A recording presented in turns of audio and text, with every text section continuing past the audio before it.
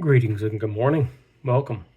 So, how many hours a week do you work? And do you work hard when you're at work? I mean, are you putting in, are you sweating at the end of the day? Your body, you're aching. But is your money doing the same? Is your money working as hard as you do? So, the truth is, if your strategy is just to keep buying and holding, dollar cost averaging, that's good for long term growth. But if you really want to accelerate your uh, financial stability, um, just the buy and hold, dollar cost averaging leaves a lot of growth on the table, a lot of opportunities. Now, in this video, we're going to talk about some advanced investment strategies for individuals. And of course, one of my first questions was, is this risky? The answer is absolutely yes. Is it complicated? Depends on which strategy. Is it only for the wealthy, the 1%? No, it's not. Overall, all of this is not risky. It's not complicated if you know what you're doing. But for the average individual retail investor, yes. So as we go through this, keep this in mind. This is not something it's not a get rich quick. This is something that you could add this to your side hustles. You could add this to your education, your opportunities you look for every day. So why do these advanced strategies matter? With inflation, market volatility, economic cycles, all of this just eats away at passive one-dimensional strategies. One-dimensional be like you dollar cost average, or you put it in your 401k, or heaven forbid you put it just into savings and let it earn crappy interest. Over time, due to inflation, your dollar value goes down. So your savings is actually not really savings. These advanced strategies give you diversification, extra income, hopefully growth, and some of the more advanced portions give you a downside protection, meaning if a stock that you own starts going down in value, there are protections you can have to decrease that loss and maybe even take a little profit. So this is all about working smarter, not always harder with your money. Now, you want your money to do both, work smarter and harder, but you've got to get a lot of the basics down first. So what you need to do first is understand the different aspects of risk, reward, and the time horizons we're talking about. First, you've got 3 overall categories for your risk. You've got your high risk, your medium risk, and your low risk. Your high risk are going to be what's called for options trading, cryptocurrency, especially the altcoins, are high risk right now, and certain ways to flip real estate are high risk. Your medium risk, and this is going to go with options, it's what's called covered calls. Your medium risk could be dividend stocks. There's a lot more detail in that. It seems like that would be a low risk, but it's actually a little higher due to the way some dividend stocks work. They go down in value, but they give you a great dividend, which overall decreases the value of what you have. And then we'll cover a little bit on a medium risk called tax lien investing. Low risk stuff are like treasuries, CDs, a diversified REIT, real estate investment trust, and some of your high dividend blue chips. So your time horizons. Overall, there's two primary ones. Short term, which is daily to monthly, for your stocks, your crypto trades. Even some of the tax liens can be flipped in about a month or less. Your long-term rental properties, your REITs, long-term dividend growth, index funds. So asset classes for these advanced investing. Stock market, overall stock market strategies. So what we're going to be covering a little bit in this is going to be options trading.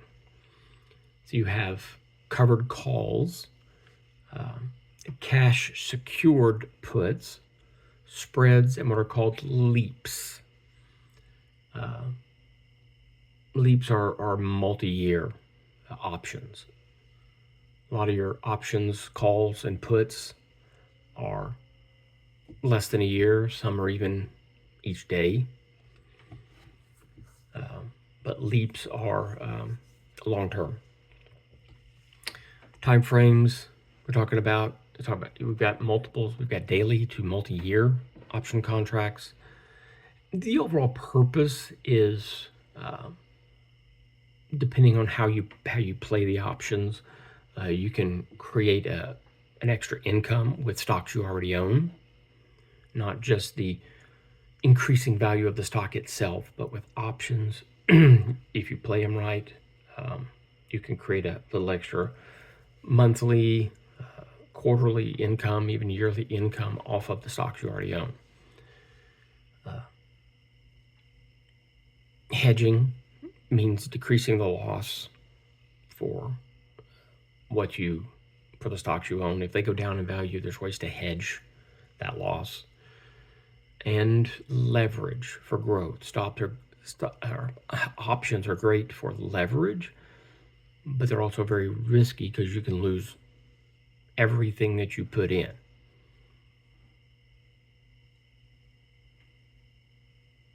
I was trying to think if I wanted to cover anything else there, but I'll move on to the next. So stocks overall, the price of a stock is based on the supply and demand.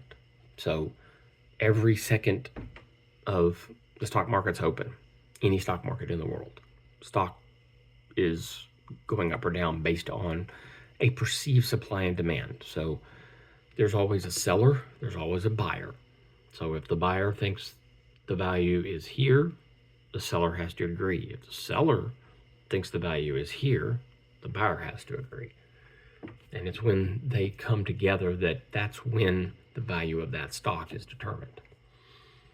And then kind of a market sentiment for, which gets into a lot more of what you see on the news, as well as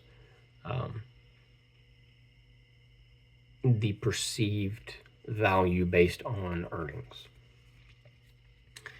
And then you get to market cap. Market cap is the current stock price combined with the number of outstanding shares. So the market cap, just like the stock price, varies. Outstanding shares almost never change. On occasion they do, but that's usually a static value. So say there's 100 million shares. Okay, that's probably going to be fairly static, but your stock price is going to fluctuate as you pay attention to any markets on the news. You see how that stock price varies. Well, your market cap varies based on that as well. And of course, as we've mentioned before, dividends, dividend growth investing, it's a steady income, and you have the long-term compounding interest that will build it up over time. Cryptocurrency is high risk, especially the altcoins. Bitcoin has a lot of volatility, but it's not as high risk as it was in the beginning. It's becoming more institutionalized. So your retail investors started it, and now your institutional investors are coming into it. So it's not as volatile. You have your altcoins. Ethereum is kind of the next in line. Still a bit of high risk, but not as volatile as a lot of the other altcoins you'll see. There's other ways of doing earning off your crypto. You can do staking or yield farming. Requires you to put in a little work to figure out where to go. The staking, not all crypto can be staked, and you just have to know which ones are worth it, because just like stocks, even though staking is like dividends, so even though you might be earning a staking reward for a certain crypto, just like you would earning a dividend for a certain stock, the value of that stock or crypto is going down, even though you're earning a dividend or a staking reward. It's the overall value is going down. So you got to pay attention to that. Crypto is extremely volatile. Even Bitcoin can lose and has lost like 30 to 50% of its value in a very short period of time. A lot of these other small cap cryptos, they can swing so wildly. It's, if you pay attention, if you're in the market, you can make a great profit, but you can also lose a lot very quickly. So crypto requires a lot of constant learning, focused learning, and very detailed risk management. Real estate investing, tax deeds. Essentially, you are acquiring a property that didn't pay its taxes, so they're sending it to auction. If you're into that, you can quick flip it. You buy it, fix it up, then sell it. You're gonna have to do it quick before all the other aspects of owning a home come into play. Tax liens is a little more complicated, and to be honest, I'm still in the process of learning about that as well. But essentially, you're paying somebody else's taxes because they haven't paid theirs, but you're paying it to the city or county or state or wherever those taxes are due. But those taxes are still owed by the owner of that property. So what you're doing is you're paying the taxes for this individual, paying the taxes for this guy, but you're paying them to the city, state, county, whatever it is. Because those taxes go to roads, schools, and stuff like that. So you're still helping fund the cities, county, state, whatever they need for what they use those funds for. But those taxes are still owed. What happens, and again, depending on the state, there's a lot of variables. Once the owner pays back that money, they pay an interest on that if it goes delinquent. The first person or one of the first people to get paid is you. If you've paid off their taxes, you get paid back your investment, whatever you paid in. Say you paid $1,000 to pay off their taxes. Well, you get that $1,000 plus you get a percent on top of that. So it could be anywhere from 2 or 3%. It could be upwards of 30%. And that payment,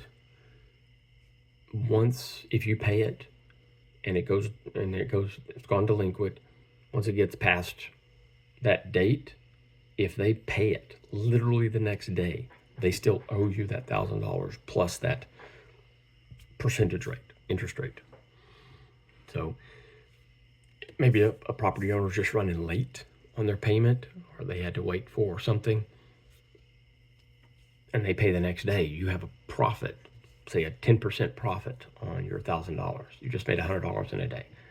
Not a lot by itself, but again, we go back to the concept we've been trying to talk about is compound interest. If you make $1,000 or spend $1,000, you earn $100 in a day, turn that right back around and reinvest that. But that's complicated, and I'm still learning about that. I may delve into that deeper later on as I learn more. Other parts of your real estate or your crowdfunded real estates. Fundrise is a platform I've seen the most. I think Ground Floor is another one. I'm sure there's a lot of others out there. Basically, you're investing in commercial and residential real estate, and it's crowdfunded, as its name implies. So you're buying a portion of that property and receiving a portion, your percentage portion, every month for whatever you've invested. So if 100 of you go in and pay $100 each, then whatever percentage from the investment in that property you'd be getting back over time.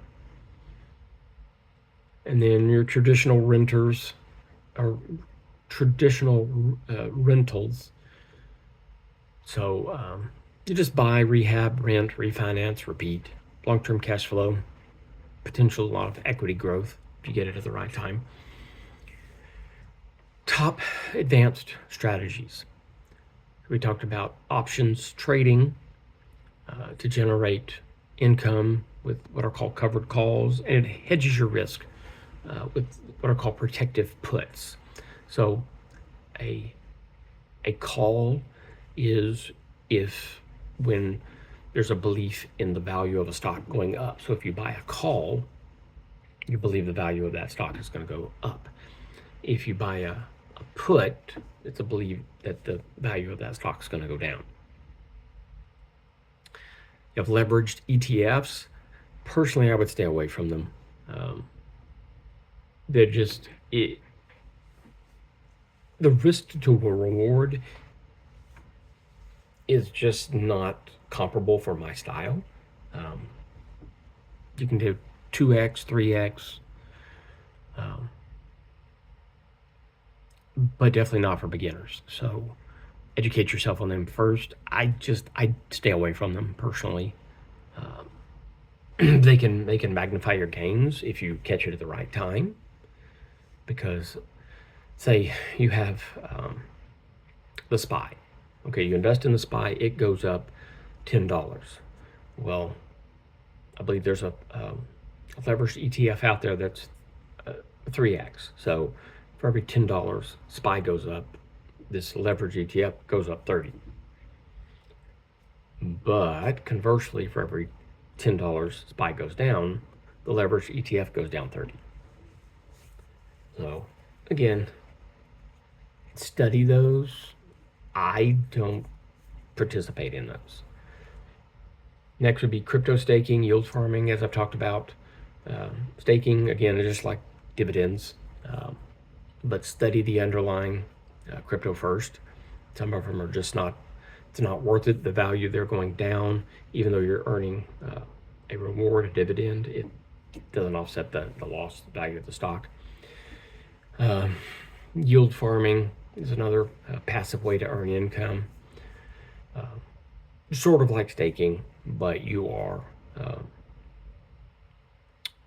helping the network, whatever that network's purpose is. Tax lien indeed investing, we've talked about, but it does require knowledge, maybe even a higher level of knowledge on whatever community you're looking at doing investing in for these. So a lot of high return potential, but there is some risk in that if the property goes into foreclosure, you could lose whatever you've invested.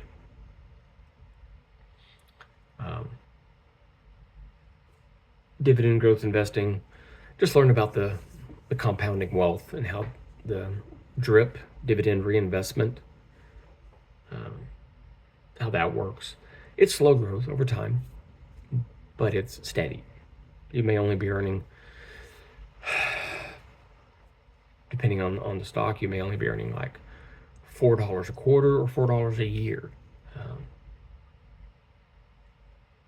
per 100 shares or whatever it may be. Just understand what what that percentage is, and what the periodicity. Some stocks pay only once a year for their dividends. Some pay several times a year. Peer-to-peer lending, private lending. There are some sites out there, but again, do the research on not just the site, but if you decide to do peer-to-peer lending on the individuals you're lending to, there's different categories for the site. Some for like A, which means this person is almost 100%, 99.9% chance they're going to pay it back. But because of that, the interest rate you're going to earn is going to be lower. So 2-3%. Nothing to sneeze at, but it's not going to outpace inflation. Now, the other side of that, you've got like E and F ratings, which means, yeah, there's almost 100% chance this person's not going to pay you back, but you're going to be earning a much higher interest rate. You could be earning 30% returns, but there's a high chance of default. So do your research, understand before you get into that. And as we talked about, crowdfunded real estate, it just helps diversify your real estate portfolio, and you can get in with smaller amounts. So as I talked about in a previous video, you can get into some of these for $100. So put $100 in for a site or on a property, and you earn a portion back. Again, it may be only 10-20 cents or something like that a month, but over time it'll build up. It just helps you diversify, creating those multiple streams of income we've talked about. Common mistakes to avoid: just jumping in without understanding the asset or strategy, over leveraging with margin. Stay away from margin until you've studied or use a paper trading account to understand. A lot of the major platforms have paper trading accounts, so play around with that. Do a lot of research. Investopedia is a great resource for understanding how a lot of this works. Options are risky, so again, use a paper trading account. I recommend for at least a couple of years, use a paper trading account, and make it realistic. Make it something that you're held accountable for in some way, even if you're paper trading, before you really get into using real money. For a lot of this, don't forget taxes. You're going to have capital gains tax or probably losses, but keep up with all that. And then there's your short-term versus your long-term capital gains. So make sure you account for your taxes. Don't forget to do that. It might be a good idea, again, especially if you're using large sums of money, get a tax professional to help you. A lack of diversification. If you're throwing all your eggs in one basket, no matter what you're doing, whether it's rentals, crypto, even stocks, keep yourself diversified as best as you can. As many streams as you can. That way, if one is going down, hopefully one of the others is making up for it. And the last is emotionally investing, emotionally participating in a lot of this. That I feel like this is gonna do well, or I feel like this is the next big thing. Study that thing, understand that thing so well that you could make that your job. You could sell your knowledge. With stocks, with ETFs, even with real estate. Don't chase the hype, and be wary that if you're in the portion where you want to panic sell because you've already lost so much, there's probably a lot of people out there also panic selling. So that's going to drive the price of whatever the underlying is down even faster. So don't get your emotions involved in this. So getting started, just be honest with yourself as far as risk goes. Understand what you can tolerate for risk. The old thing is, can you sleep at night with what you just did? Do you feel the need to check on it hourly, daily, weekly? Are you like, you know, all the physical signs of somebody that's going through stress? If that's where you are, step back. Whatever you're doing, cut it in half. Cut it 75% until you come to that point where you're like, okay, I'll check on that later. Choose 1 to 2 strategies with your options. Study those. Do a lot of research to understand the difference between calls and puts, covered calls.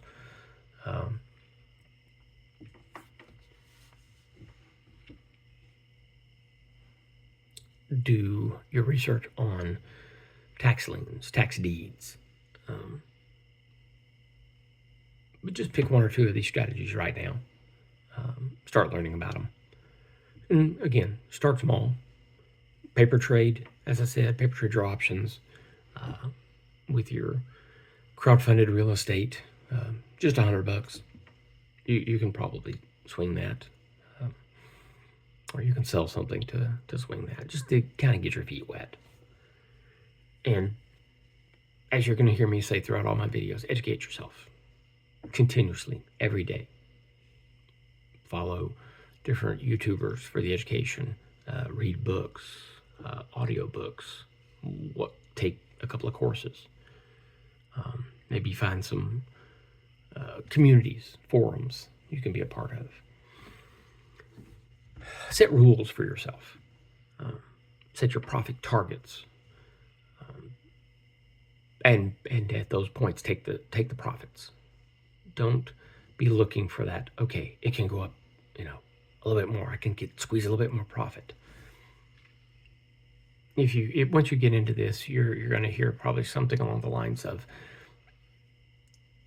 your profit is made when you get in the trade. It means that you've already said, this trade is so good that I'm going to buy here and I'm going to sell here. Even if it goes way up here, you're profiting here. Go ahead and take it. Don't be afraid to take profits. That's still one of my problems as well. But don't be afraid to take profits and take losses sooner than later. Losses are the worst part of everything, and they're the biggest drag on your portfolio. For every, just to say, for every percent your portfolio goes down, you need to make 2% just to get back to break even. So it's cut your losses as quickly as possible. Figure out what level of loss you want to take and cut it right there. And then your diversification, again, setting all these rules, figure out, what level of diversification you want to have, and try to keep those buckets balanced over time and rebalance them throughout the year, about once every quarter or monthly. But track everything. Track everything you do. Document. Simple spreadsheets. There's apps. There's programs out there to help you monitor all this. And then as you go along, learn to scale. As your confidence grows, as your investment portfolio grows, learn to scale. So instead of having only 1 rental property, see if you can get to 10. What does that take? Instead of only 1 options contract, can you do 10 options contracts? And then diversity across all your stocks and crypto, but be educating yourself on all this. Develop the confidence, but you're going to have to practice. I mean, this is just like with anything. You got to practice before you get in the game. And then maybe you can move this from your side hustle to your full-time job. What's that look like? Is this going to be something even where you can have all these multiple streams and you've got it set up, it's just passive income. It's on autopilot. You're not doing really much of anything. But again, this isn't all quick rich or get rich quick. It's going to take time, patience. So set your milestones and look for them along the way. So overall, this isn't about gambling. It is gambling. Anything involved with investing is gambling because you're betting that you're right. And if you're wrong, you lose. But overall, it's not about that. It's about understanding the rules, especially those that the wealthy and the people in the stock market use, and learn to make them work for you. So this next week, call to action. Pick one. Pick one strategy. Start learning about it. Start reading about it. Open a paper trading account, or physically just keep it on paper, whatever works best for you. Start analyzing that strategy, and then while you're doing that, start analyzing yourself. What's your risk tolerance? The way I look about it for risk is, if you take a $1 bill and you set it on fire, how does that make you feel? If you take a $10 bill and set it on fire, how does that make you feel? If you take $100 and set it on fire, how does that make you feel? And then so on, so on. It just kind of a quick feel to get an idea of risk. Again, that's, for me, it's the quick analysis. Understand what you're willing to lose.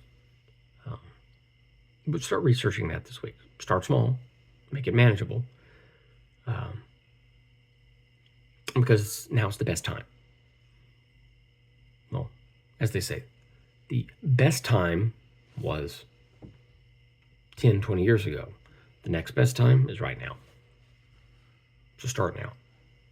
And if you've done any of this before, leave some comments below.